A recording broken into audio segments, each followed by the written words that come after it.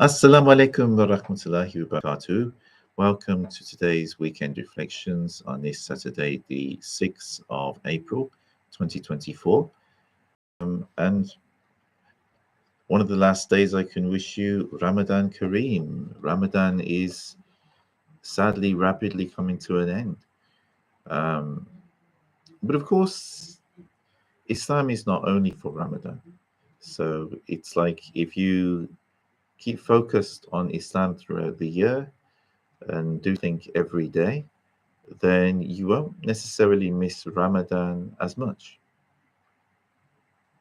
You can bring the blessings of Islam into every day of your life. And Ramadan is supposed to be a time that trains us to be able to do that.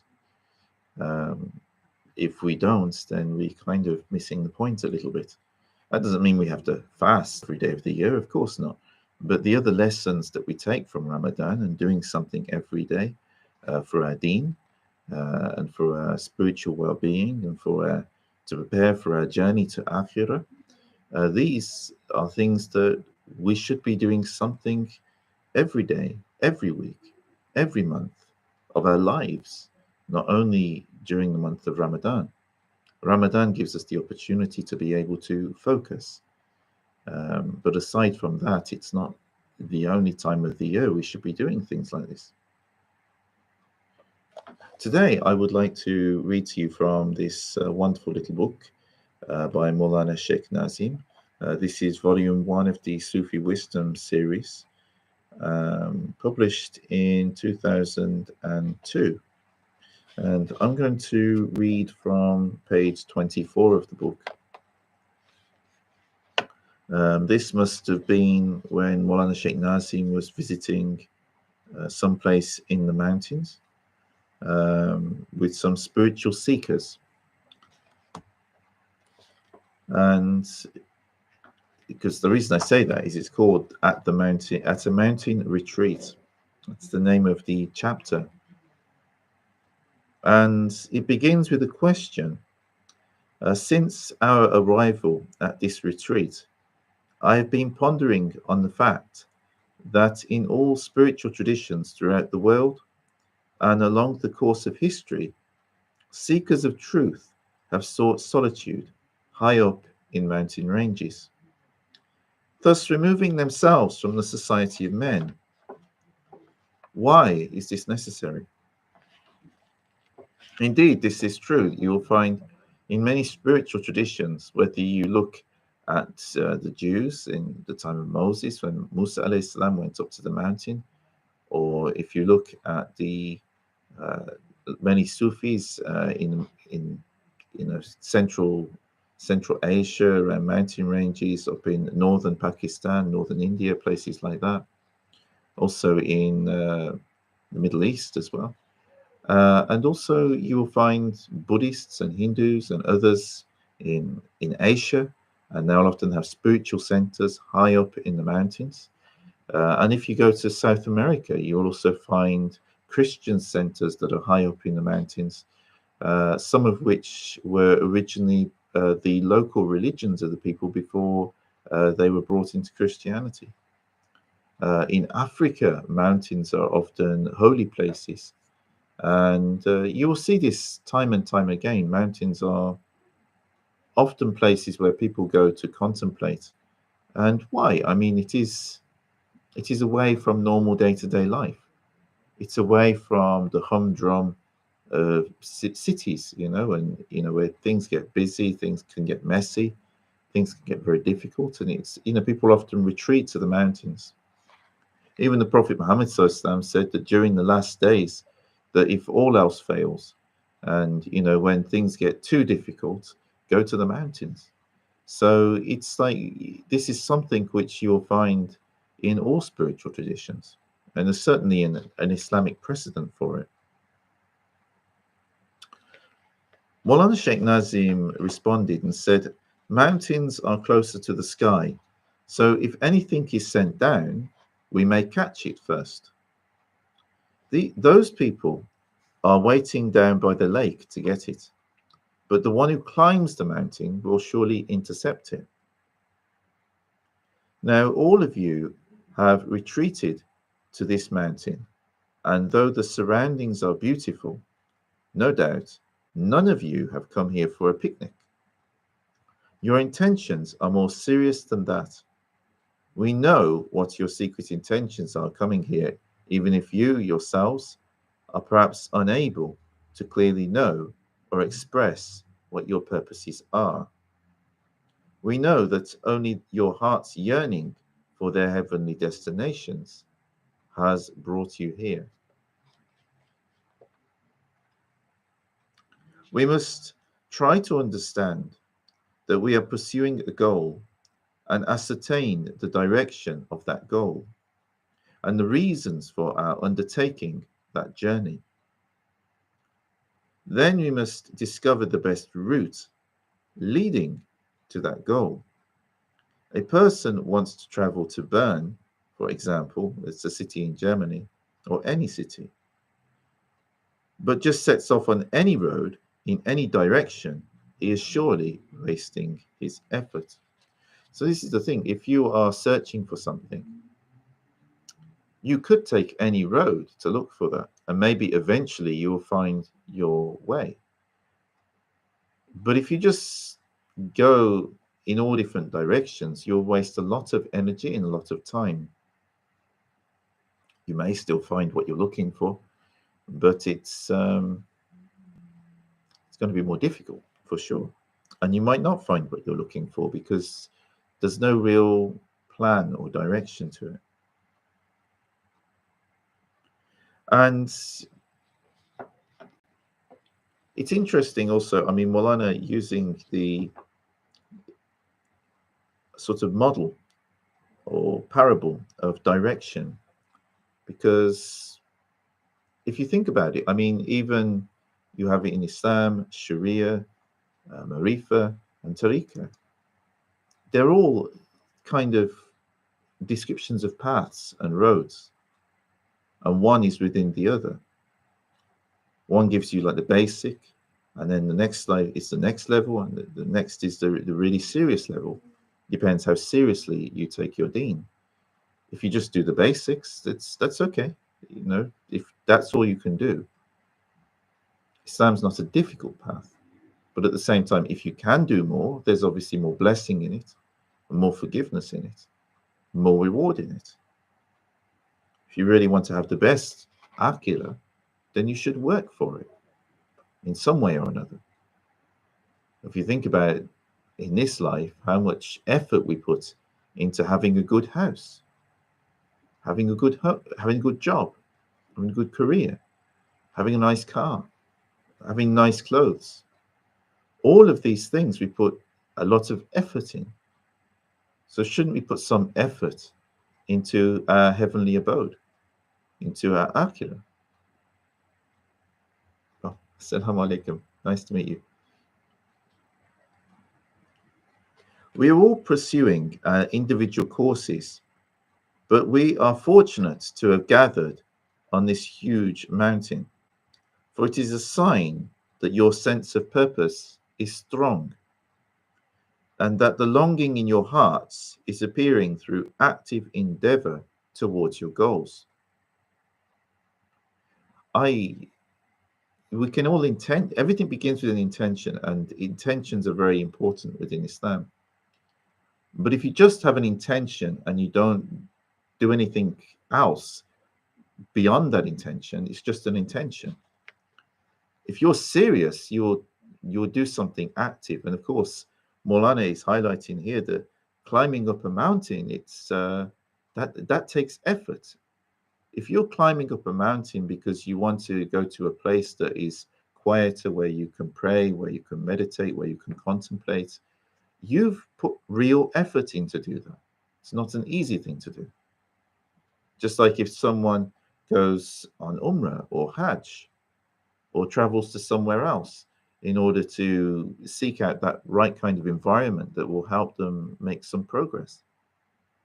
It requires real effort. Or if you invest your time and efforts in helping those in need, in feeding the hungry, there's many ways that you can get closer to Allah, and both improve yourself and also make spiritual progress. But all of them take some effort in one way or another. You have come here to receive light. If you felt yourselves to be bathing inwardly in light, what need would there have been for you to come here? Once Musa alayhi salam, was traveling at night when in the distance he saw a burning bush.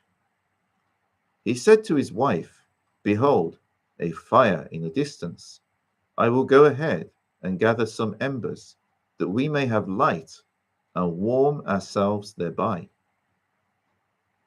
Moses was attracted to that burning bush and unwittingly to a meeting with his Lord, because he was cold and dark surroundings, because he was in dark and cold surroundings.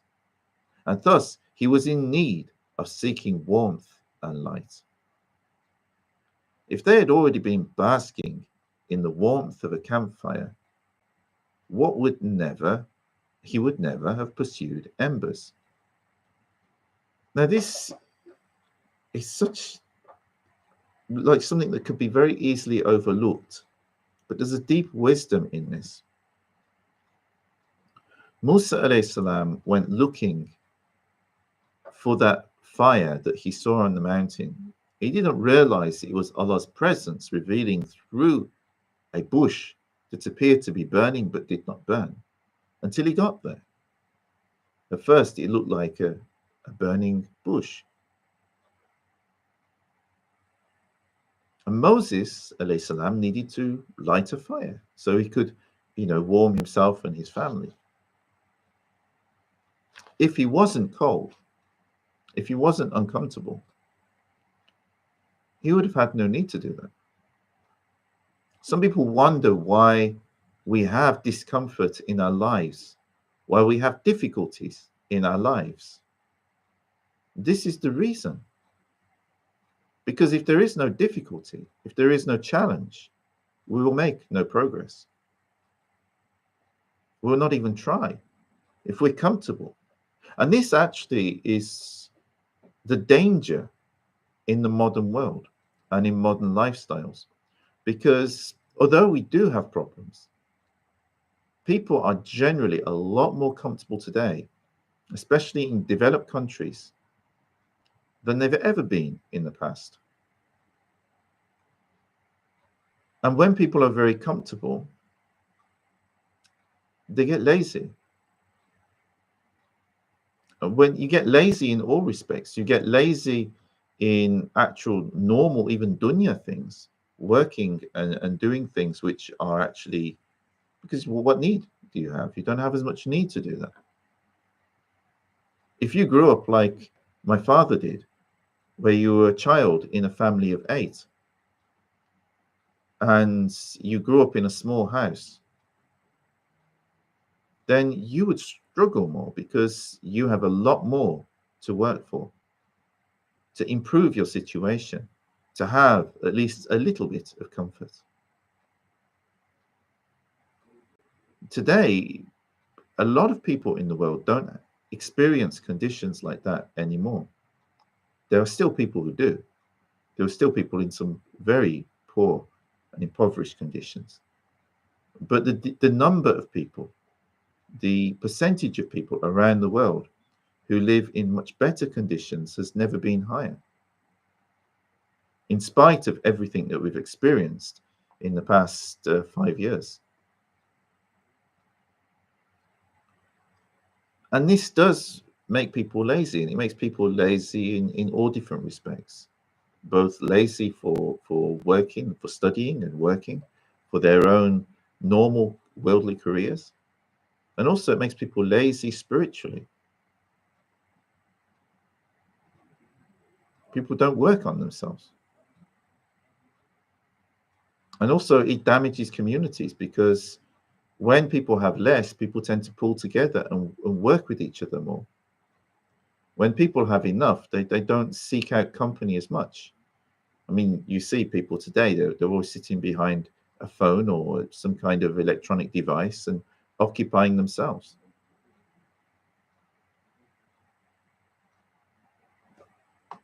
Comfortable. But that brings with it a whole load of problems that we've never really experienced before, certainly in large numbers across society. It would have been much more niche.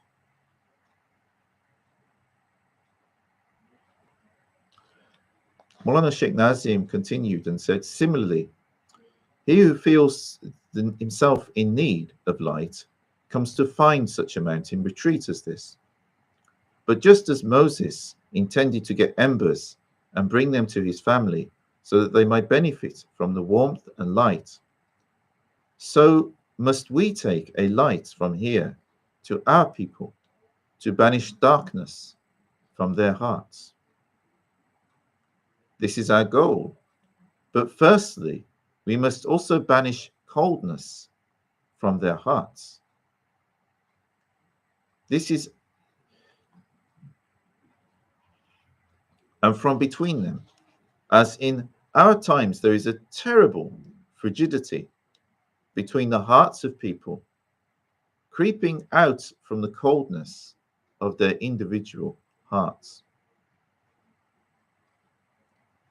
Today, we see this. People generally are less considerate about other people.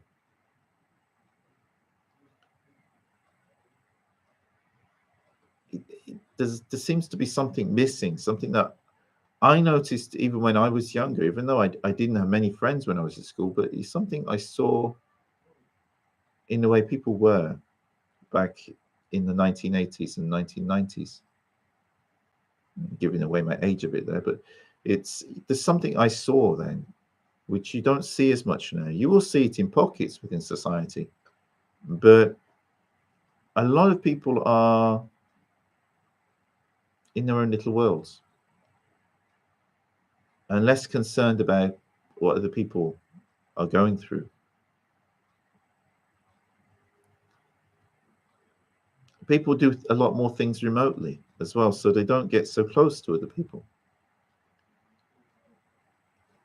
This is why within Islam we come together in a Jamaat for prayers, especially on Fridays, but not only on Fridays, especially during the holy month of Ramadan.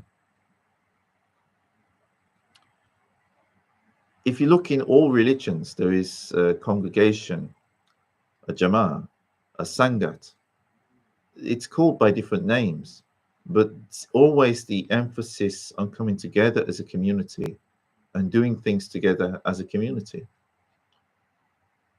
The iftar that we're going to have here shortly at the university is one such example. But you'll find similar things within all different faith traditions, all different traditional communities. We are by nature a gregarious species. We benefit from the company of other people. And it's probably no surprise that today we have such a rise in various different psychological disorders and mental health conditions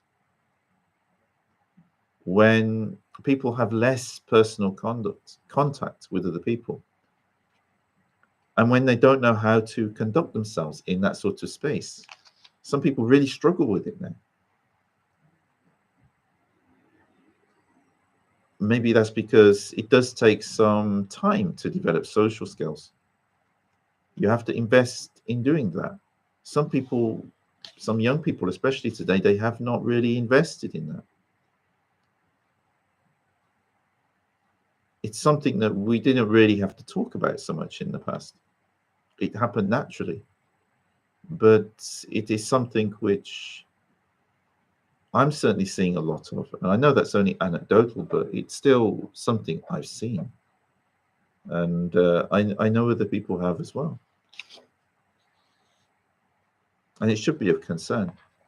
And how do we address that as communities and bring people together more?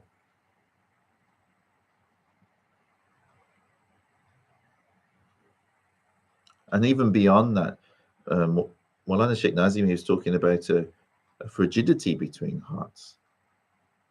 This is not only about what I'm discussing there, but actually more kind of personal friendships, relationships.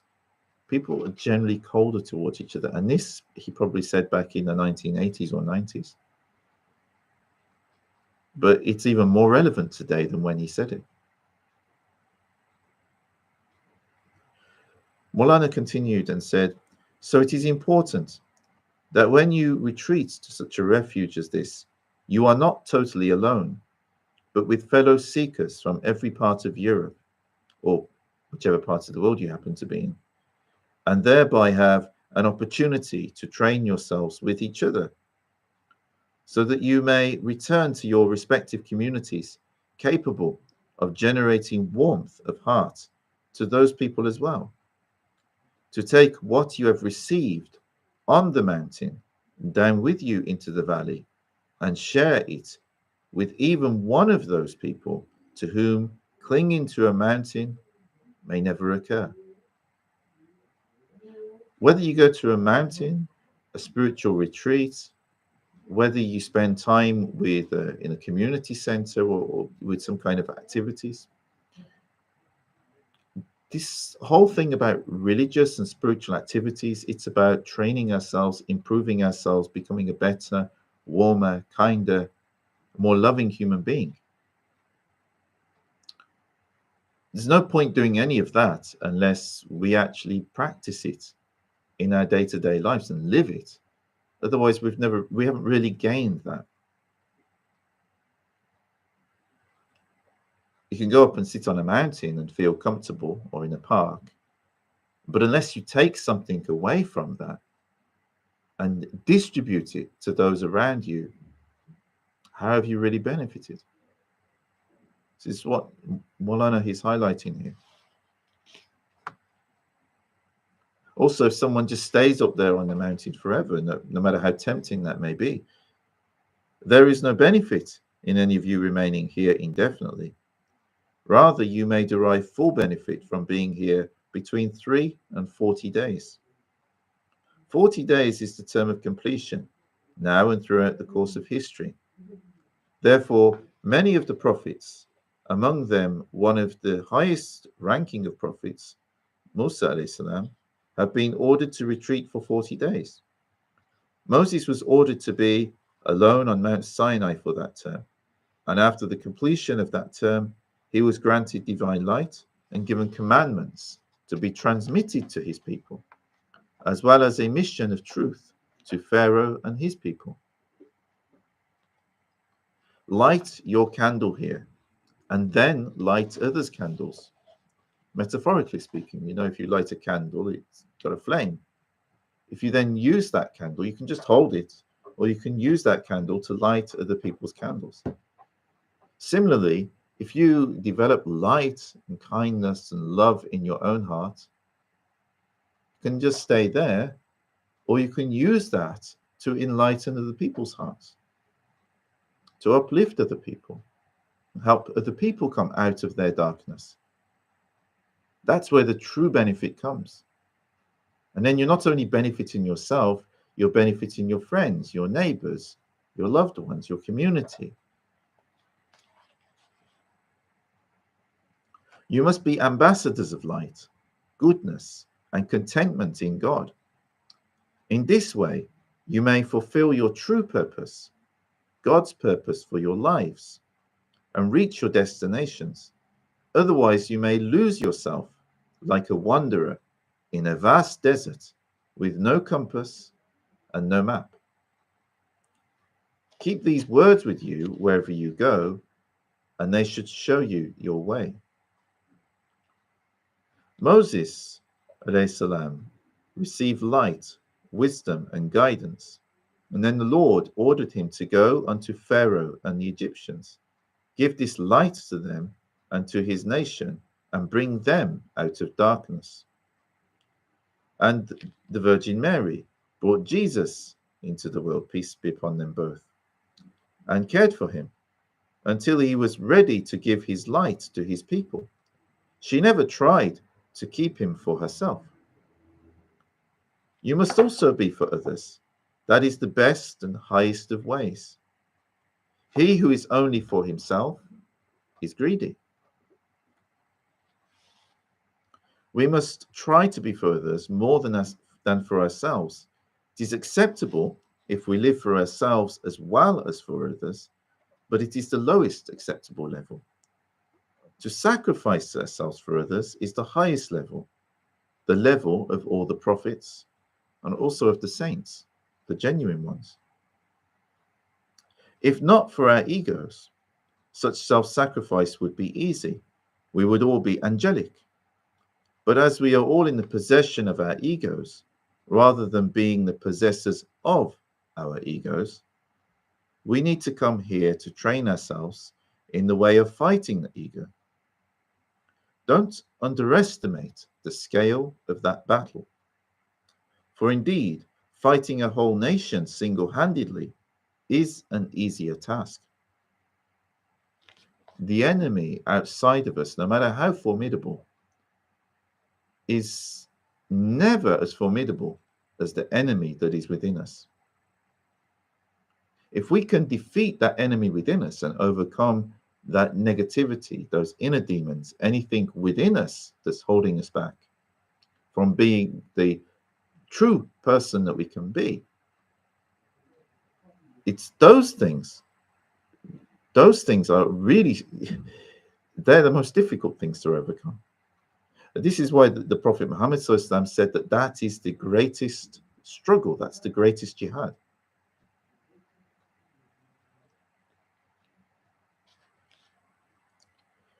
Your determination to really strive for such a goal will certainly be tested, and it is a good sign that you have come to a place such as this. But if you try to stay here to declare all out war on the ego will defeat you. Your egos have thousands of tricks and traps. Therefore, it is too dangerous to try to fight it continuously. No, you must struggle, then rest. Even soldiers in the front lines must sleep and also be relieved, or they will become exhausted and easily overcome. This is why we fast certain days. We fast during the month of Ramadan. We don't fast every day of the year. Similarly for other things. It's like you have a balance with everything. We pray at certain times, but we don't pray and pray and pray, hundreds of prayers a day. Otherwise, it would be too much. We have to have that balance in our lives. Now, it is not important that I give you spiritual exercise to practice during your retreat. If I do, they may be difficult for you to practice. We have other ways of transmitting spiritual power from heart to heart, and as long as I'm permitted to be here, not a moment will be devoid of its effect. We have been authorized by Grand Masters, and he who stands under their umbrella reaches his destination safely. Now, what Mawlana is talking about here is the first part, spiritual exercises. Of course, he can give spiritual exercises to them, but if you just give a general one for everybody, it will be too basic for some people and too difficult for other people. Everyone is at a different level. And so you have to give people according to their level. Just like you don't go into a junior school and start giving lessons at degree level. There's no way that those children will be able to cope with that. They wouldn't even be able to cope with the lessons from the high school. You have to give the lesson at the correct level. Similarly with medicine, if you give the wrong medicine for an illness, you're going to make somebody worse. You might even kill them. Similarly with spiritual disciplines, you have to give people advice, guidance, and spiritual practices according to what they can cope with at a given time. And hopefully, then they could improve and increase and do more and benefit themselves more and grow. But it doesn't happen overnight. The other thing, from heart to heart, this is just simply if you're in the presence of someone who is further along that path than you, someone who has received blessings from Allah, who has wisdom from Allah. Just being in their company would always be a reminder for you, and it will help you. And just being in their company, you will learn things. You will learn things from the way that they behave, the way that they talk, the way they treat people, in all different respects. So there is a benefit that you'll get just by being in their company. And bearing in mind, underneath all this flesh, we are all energy beings, and we each give off like an energy signature. So it's, you're around someone who's managed to reduce the darkness within themselves, and they are in the remembrance of Allah, and that light that is within them. You will obviously feel good in their presence. This is why the people said about the Prophet Muhammad, his face was brighter than the moon.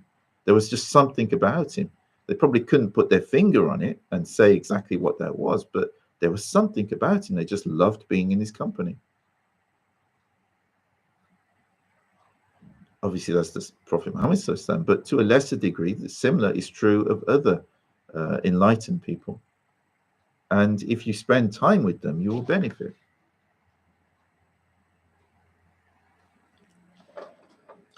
I will leave that there because we've come to the end of that. So, alhamdulillah for Mawlana Shaykh Nazim and for all our guides, and blessed saints and messengers, awliya Allah, all of them. Without such people, what would we have been able to receive? And we should bear that in mind and appreciate that. Because, alhamdulillah, we have the book, but even the book was written down on paper by some people. It was printed by others. It was translated by others. It was put into apps by others. Prophet Muhammad said, unless you've thanked people, you haven't thanked Allah. So we should be aware of that and not just think that there's nothing, we've benefited from the work of other people, from the efforts and sacrifice of other people. And we should therefore appreciate that and keep them in our prayers. May Allah bless you all. I wish you a blessed last few days of Ramadan, and I wish you all in advance a happy, blessed Eid. Pray everything goes well, and I look forward to hopefully seeing you all on Monday. Assalamu alaikum wa rahmatullahi wa barakatuhu. If you're in the UK, have a very good evening, and peace and blessings be with you wherever you are.